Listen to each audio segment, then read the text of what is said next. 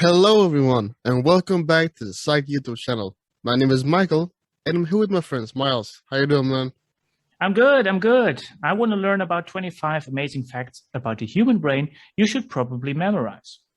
Yeah, we're gonna take a look at these facts from ing.com, and yeah, we'll see how amazing these facts really are. All right. Okay, here we go. So there's some blah blah here, and then the first one is actually mentioned here.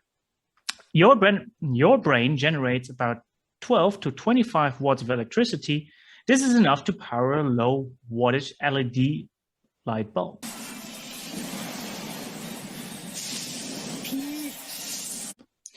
Now, my first reaction is, should I be impressed that something that weighs 1.5 kilograms in the head is able to make one LED light bulb, flash? I am not sure if I'm really that impressed by that. And also, how did they calculate this? Don't worry about it. Yeah. So the cool thing, and honestly, I gotta admit, it's cool that they mentioned the sources. What we will see later on, though, is that those sources may not always be from high impact peer-reviewed journals. With that, I mean that never happens. So exactly. Okay. Whatever floats their boat. You do too. Exactly. All right. It's scientifically proven that even a small dose of power changes how a person's brain operates and diminishes empathy. So a small dose of power will change how our brain operates. Michael, what do they mean with a small dose of power? Like you take power, right? But only a small dose, But yeah, I don't know what that means. Yeah, I don't know. I already I am already a little bit amazed by their first few words. It's scientifically proven. It's proven. I don't think there's that much in neuroscience that is actually proven, like a solid fact that we cannot argue against. But the source says fact slides, right? So it must be a fact, right? Yes, you're right. Damn. Yeah. Okay. No, I'm sorry about that. So I can only speculate what they mean. What they could mean is that somebody used electrical brain stimulation to change some empathy related task performance. And for example, with TDCS, transcranial direct current stimulation, there have been studies that show that we can alter performance. Now, I would never call that diminish empathy, because diminish almost sounds like it's completely gone. Right. And also I wouldn't call it scientifically proven, but whatever floats their boat. Okay, next one. Yes. Okay. Alcohol doesn't make you forget anything. When you get blackout drunk, the brain temporarily loses the ability to create memories. I mean, when you black out, then I mean, yes. Per definition, yeah, and I think it's pretty hard to make memories when you're unconscious, right? Yes, but I think even before you get to that stage, it's harder for the brain to form any new memories. So let's go on. Sure. In raw data, our brains can compute 10 to the 13th and 10 to the 16th operations per second. This will be equal to more than 1 million times the people that there are on Earth. In essence and theory, the human brain is capable of solving and computing problems much quicker than a computer. Okay. That's all right. Yes. Well, the thing is, that last statement is just not true, because, for example, mathematical operations, even my stupid hand calculator is faster in calculating some mathematical computations than I can. Right. Again, I don't know how they get to 10 to the 13th power, 10 to the 16th power. These are numbers that we just cannot understand how the brain would do that. Like, maybe you could calculate the number of neurons and then, how many action potentials they send in a second, and then you multiply everything by everything, but you just don't know when a given brain region is active in anything. So that number seems those numbers seem to be pulled out of somebody's ass. They're hard to prove wrong and hard to prove right. Yes. So they mean nothing. Exactly. But yeah, that last statement, I mean, there are things that we can do better than a computer, obviously, right? Related to empathy and all that kind of stuff. But there are a lot of things that a computer can do better than us. So smashing list, you disappoint us. Right. The slowest... Oh, sorry. What do you want? No, go ahead. Okay. No, go ahead. Man.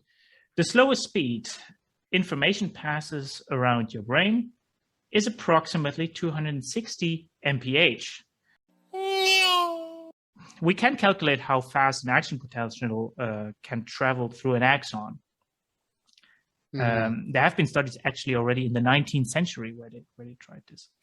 And I think an action potential going along along an axon indeed is around that speed. I wouldn't be 100% certain to verify to claim that now, but yeah, that could definitely be. If a daring adventure says it, then it's probably true, right?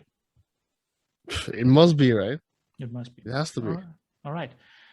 Frequent jet lag can damage memory. Stress hormones released during jet lag can damage the temporal lobe and memory. From the fact side. Yeah, the fact side. I mean, it's a fact again. So, but I'm not sure. Like damage to the temporal lobe. That sounds again like physical damage. I'm not sure that a jet lag that could do that. But there are studies indeed showing that jet lag definitely doesn't improve memory. I wouldn't go so far that it damages the temporal lobe. But yeah, for efficient processing, of course, regular jet lags are probably not that good. But yeah. Yeah, and then you also have to think about sleep issues, right? Like that are associated with jet lag as well, right? Like absolutely. All right, next one. Yeah, brain surgery can be performed while the patient is awake with no pain or discomfort. The brain has no pain receptors and feels no pain. I mean, right? Yeah, there are no pain receptors in the brain. That's true. Now they say it can be brain surgery can be performed without pain. Agreed. Or discomfort. Well, I'm not so sure that when you're sitting there with an open skull, you're like, yeah, man, this is so relaxing. I'm not sit there on your phone, watching TikTok or something, while the surgeon is operating your brain. Wow. So, I mean, if they just would have skipped the or discomfort part, that would have been great. And also then the statement, the brain has no pain receptors, absolutely correct, and feels no pain. Well, the perception of pain is created by the brain, right? It's again this how do you define that? We have had this in previous quizzes as well. It's like, yes, the brain doesn't have brain receptors, so the brain tissue itself does not, like if you stab a knife into it, that there is no pain in that area. But the feeling of pain, the sensation of pain is something that is obviously created through action potentials between different neurons in the brain. So to say that the brain doesn't feel pain is a weird statement to make in my understanding. Yeah, because the brain does feel pain. I mean, where else does pain, come from, really, Right. All right, 8. Did you know? It's always great when a statement starts with "did you know," because then, Anyway, did you know that it is normal for your mind to wander? Yes, I did. Yes. I think everybody knows this. Right.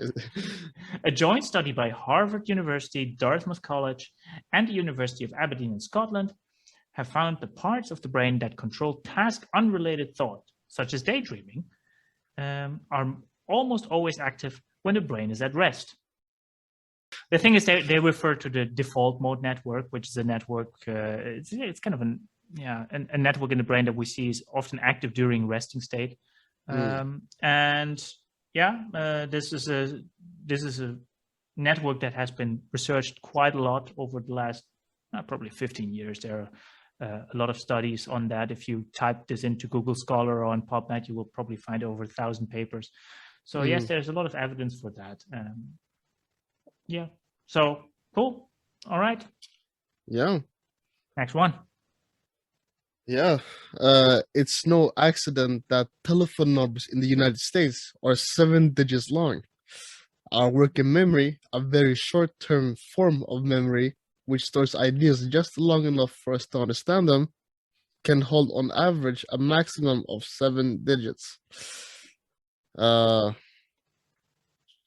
there's some research on that, right? How we can recall like 7 items plus minus 2.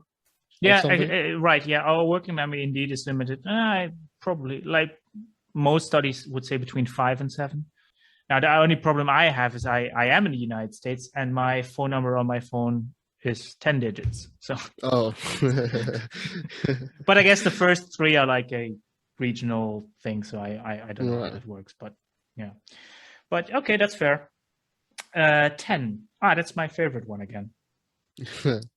Go ahead. Multitasking is actually impossible. It's not. When we think of multitasking, we're actually context switching. That is, we're quickly switching back and forth between different tasks rather than doing them at the same time. The book Brain Rules explains how detrimental multitasking can be. Research shows your error rate goes up by 50% and it takes you twice as long to do things. Well, the problem I'm having with this is not like everything after the first sentence is actually quite correct. If we do 2 tasks or try to do 2 tasks at once that require our attention, then you cannot do that at the same time. You cannot you cannot focus your attention 2 things at the same time. So you have to be switching between them. And for example, you're doing a calculation task and I don't know, a working memory task at the same time. You can't. It's hard to do that. And I would agree that there is a lot of research showing that your percentage correct in both tasks goes down probably by 50%. I wouldn't be surprised if that is the correct number. The only thing I'm having is that that in this statement the word attention isn't mentioned, because it's actually we cannot split attention. That is clear. Right. However, multitasking is a broader term that could include tasks that do not require attention. If you have something automatized, you can walk and talk at the same time. It's a very mundane example, but those are 2 tasks. You can drive and talk at the same time, because if at least one of the tasks is automatic, then you can do them at the same time without performance dropping significantly. Yeah, just like how we read and spoke what we're reading at the same time, when you read the questions. Yeah, so that's why I never really like those statements of multitasking is actually impossible. Multitasking with 2 tasks that require attention is impossible. Right. But that doesn't flow so nicely, so, Mind unleashed, huh? Okay, you do the next one. All right. Most scientists argue that there is no evidence that playing classical music to babies increases the power of their mind. However, children who learn to play a musical instrument can develop their mental skills further than those who don't learn a musical instrument. Sorry, I was laughing at increasing the power of the mind. That phrasing was quite funny. Yes, absolutely. Well, but yeah, so the first statement is correct, because there has been some suggestions, and this is like a myth on the internet, that playing classical music to a pregnant woman will then increase, mental abilities of the unborn child.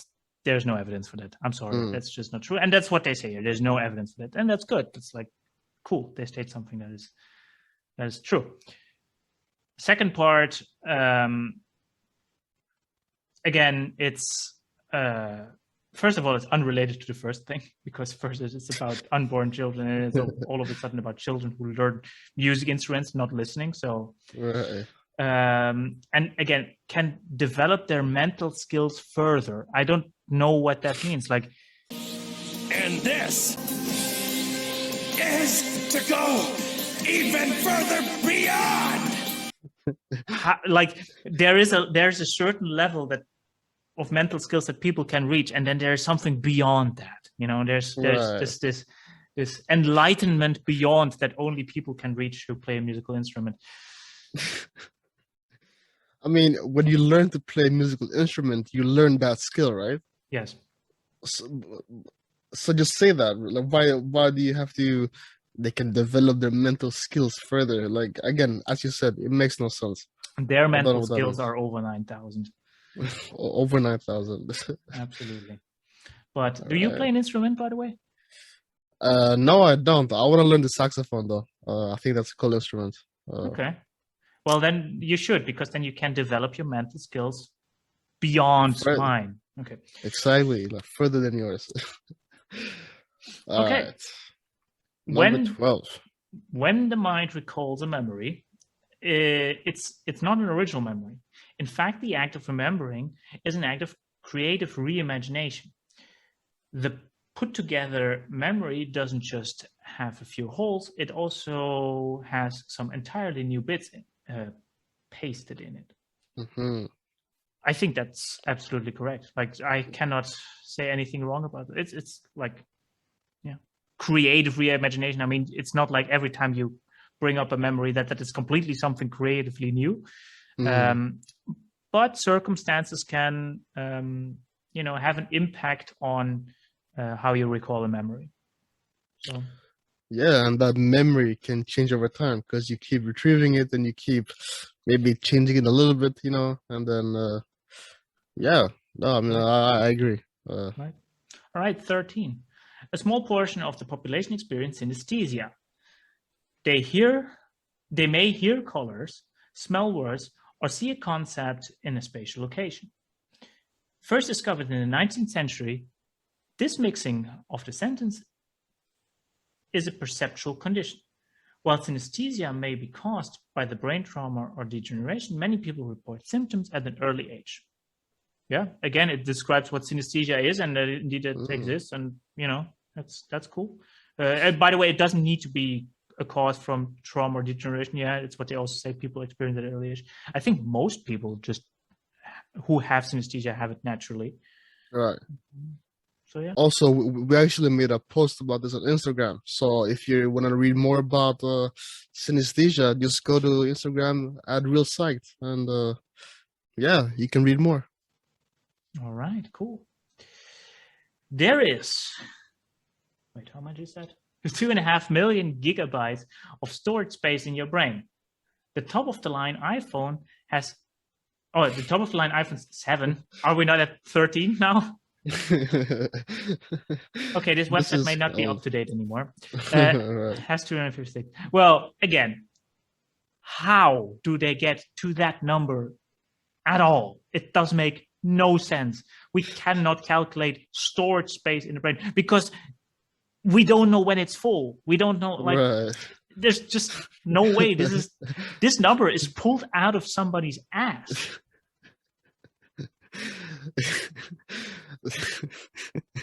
Why are you laughing? Because it's funny, like, and it's from the LA Times too. Like, wow. Well, we should write them an email and say, well, actually, I think it's 2.4 million gigabytes, and I think you may have been incorrect there. And then just state some random paper, and then it's like, oh, okay. But the question is, how much does one memory take up in storage? Like, I don't know. The answer is yes.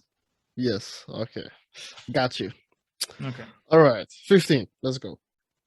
The brain of an adult human weighs around 3 pounds. Although it makes up just 2% of the body's weight, it uses around 20% of its energy. Yes. Yes, we had that before. This is correct. And I'm glad that it is correct because this is science kids, so it's an explanation for kids. So at least they're not lying to kids. I like that. Yeah. Good. Cool. If you laid out all the blood vessels in your brain end to end, they would stretch halfway to the moon. Ooh. Sure. Next one. I mean, what can you say? I mean, who calculated this? I mean, maybe. I presume that somebody calculated this correctly. Whatever. Right. Reading aloud promotes the brain development. It's indeed one of the strange facts about the brain because we usually teach our children to read and talk politely. But to promote brain development in your child, you should read and talk aloud in front of them. So, just so you know, we teach our children to read and talk politely.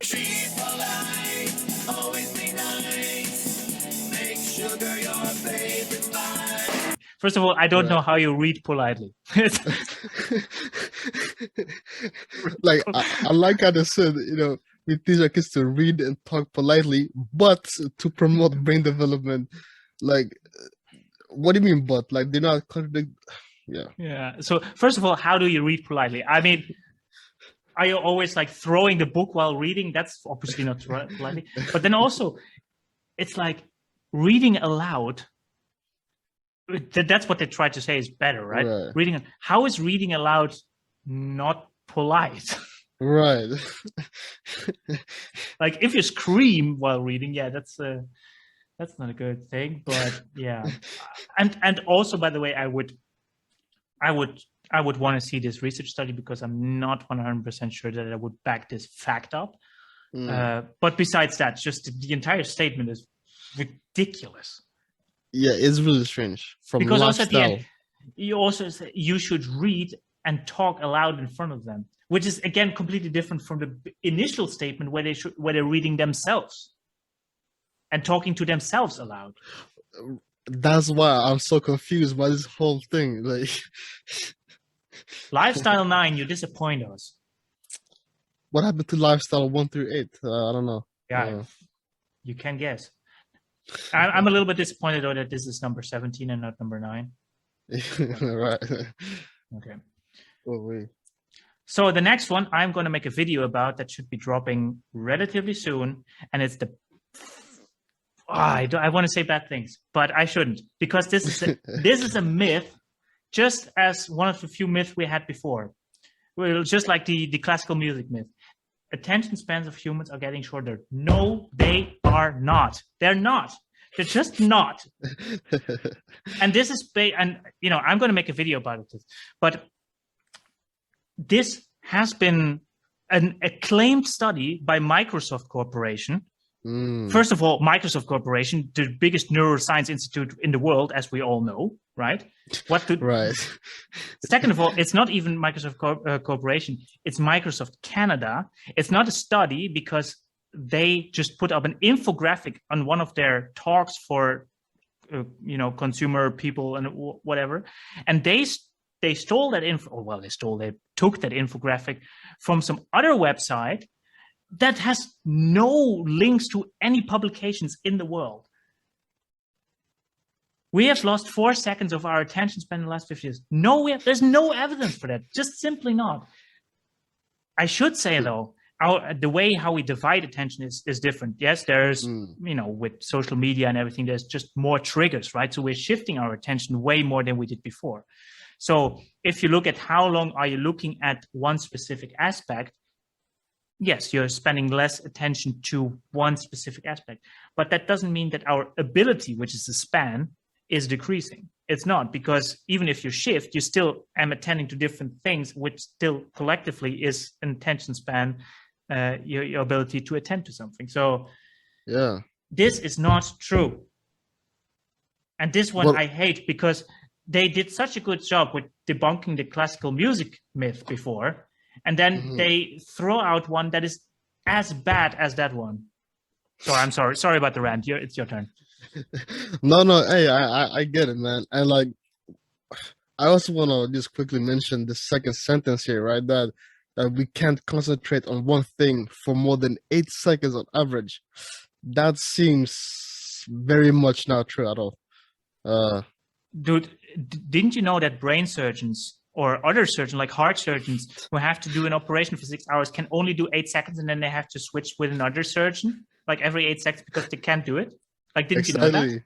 Same thing with, like, train drivers, every 8 seconds they have to change their driver, or Yes. pilots, like that's why there's a second co-pilot, because they keep changing, Yes, every 8 seconds. Didn't you know that? Like before, like in 15 years ago, they would do it every 12 seconds, but now they do it every 8. So. Yeah, this is silly. Yes. Yeah. Well, it's silly, but it angers me because it's well, whatever. Okay, 19. You read. 19. Being able to access information quickly makes you less likely to remember it. It's great being able to access almost any piece of information in a few seconds, and resources such as Google, Wikipedia, and YouTube have clearly been major parts of a revolution in how we find information. But studies suggest if the brain knows it, can just access it again so easily, it's less likely to bother remembering the information itself. Yes. Miles. This is correct. Yes, absolutely. It's called the Google effect, where we see that people are better at remembering the source where some information comes from, rather than remembering the information itself. That's something which happens more often in recent generations. Yes. So yes, this is correct. Well done, Synapse. Yeah, well done, man. All right. Okay. One study looked at students in New York and showed that those who ate lunches that did not include artificial flavors, preservatives, and dyes did 14% better on IQ tests than students who ate lunches with these additives. Now, I can go through the roof now, but I let you go first. I mean, I guess what I'm confused about is what are they trying to insinuate here? Are they trying to say that people who eat non-artificially flavored things have better IQs? Yes.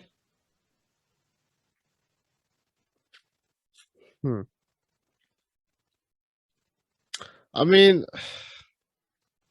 okay.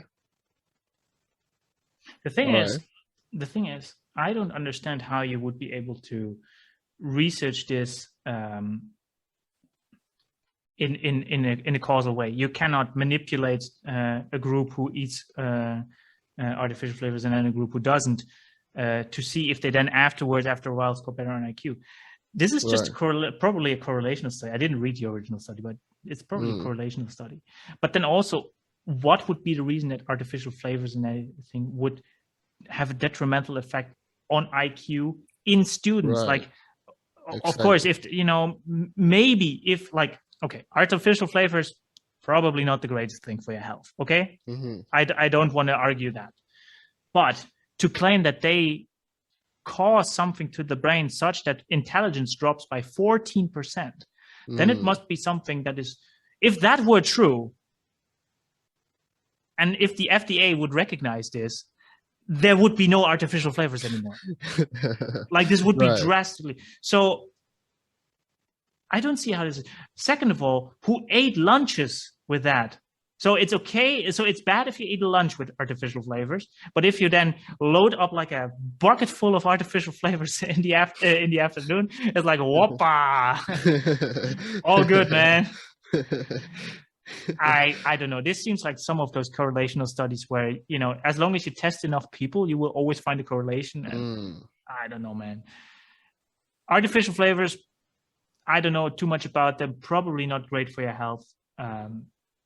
But I don't see any relationship here. Research shows people that have red t-shirts on have more siblings. Like, it's kind of the same thing, like this. Is that true? Two unrelated things. No, I just said something random. Like, I know. I know. All right. But you often wear a red shirt. I do. You have quite a few siblings. Hey, so maybe it is true. Yes. To be honest, though, today you're wearing a black shirt. So, I do. Yeah. but I'm wearing yellow, and I don't have any siblings. So, yeah. Maybe yellow means no siblings. Maybe. Yes. Yes. All right, because yellow is the color of jealousy, right? And I'm jealous of all Exactly. other siblings. Exactly. When I was born, I told my parents, like, don't think about it.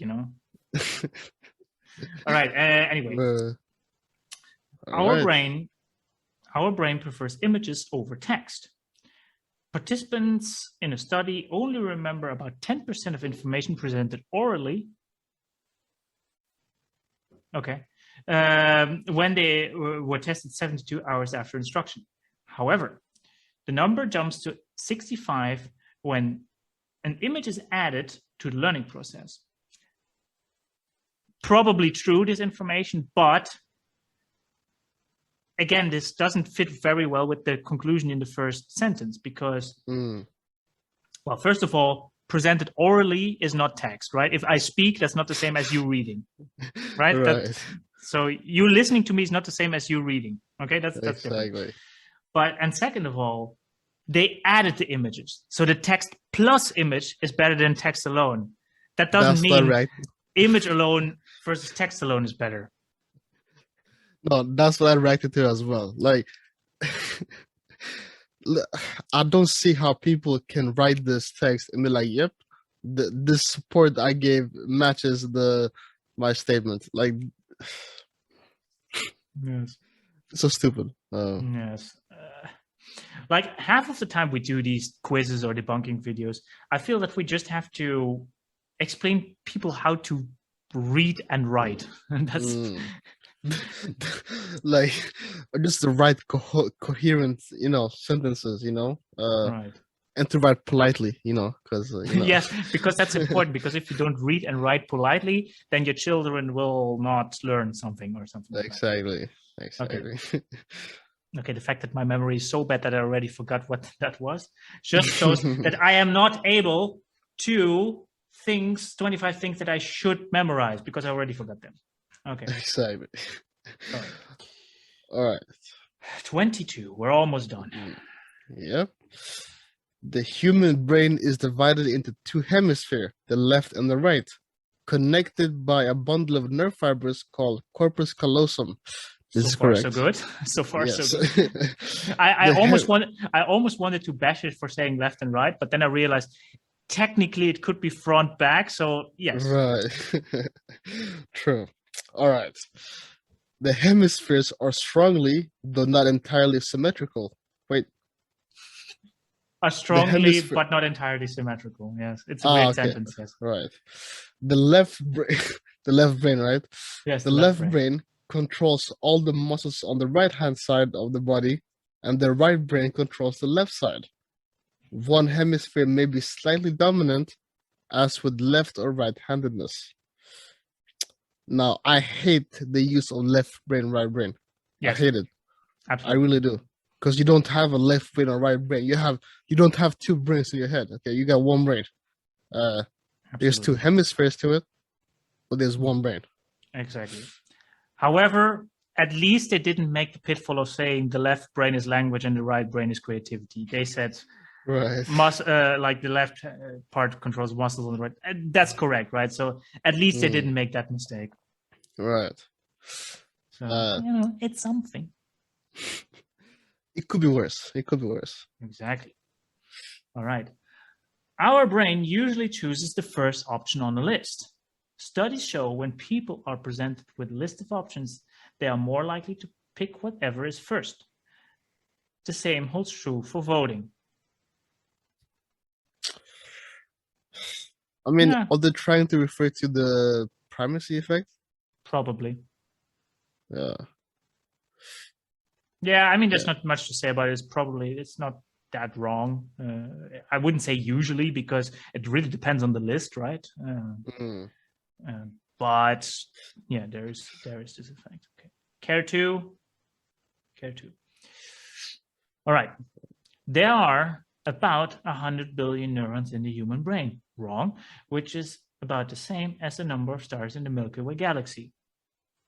I don't know anything about the Milky Way galaxy, but I know that there are around 86 billion neurons in the human brain. And again, I've said it before and I'll say it again. You might answer by saying, well, 86 is close to 100. That means 14 billion neurons. There's 14 billion neurons difference. And that's a big difference. That's, first of all, almost 15%. And second of all, that's the size of a small monkey's brain. You're right. So that's important. All right. Number 5. Feeling tired? 25. Ah, yeah. 25. Feeling tired? Go ahead and yawn. Okay, no. Yawning cools down the brain. Research suggests sleep deprivation raises brain temperature. Okay.